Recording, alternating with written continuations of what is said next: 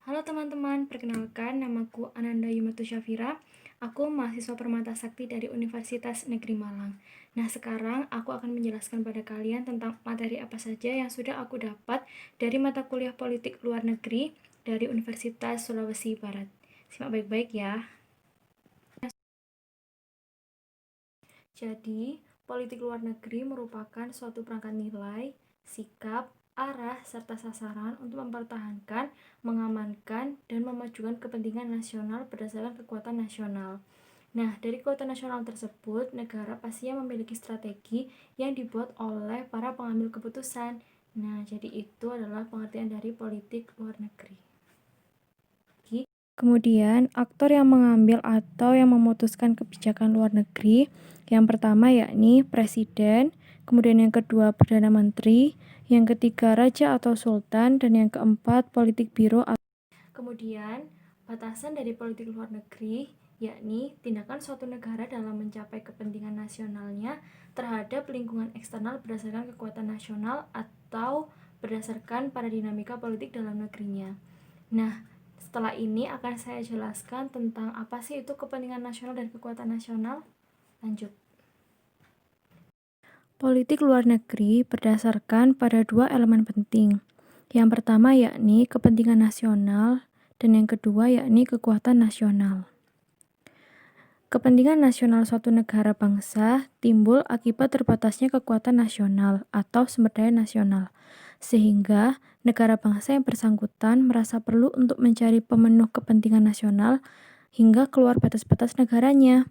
Apabila kepentingan nasional dapat diselesaikan oleh kekuatan nasional, maka permasalahan tidak mengemuka menjadi perkara politik luar negeri, melainkan hanya masalah dalam negeri.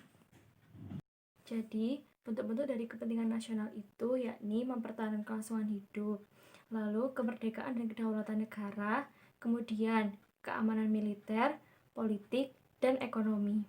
Nah, sedangkan kekuatan nasional meliputi sumber daya alam, sumber daya manusia, jumlah penduduk, luas wilayah, kualitas diplomasi, moral nasional, sistem pemerintahan, kapasitas industri, serta kesiapsiagaan militer, dan lain sebagainya. Kemudian terdapat 4 komponen utama dalam politik luar negeri. Yang pertama yakni orientasi. Kemudian yang kedua, peran-peran nasional. Yang ketiga, tujuan. Dan yang keempat yakni tindakan-tindakan.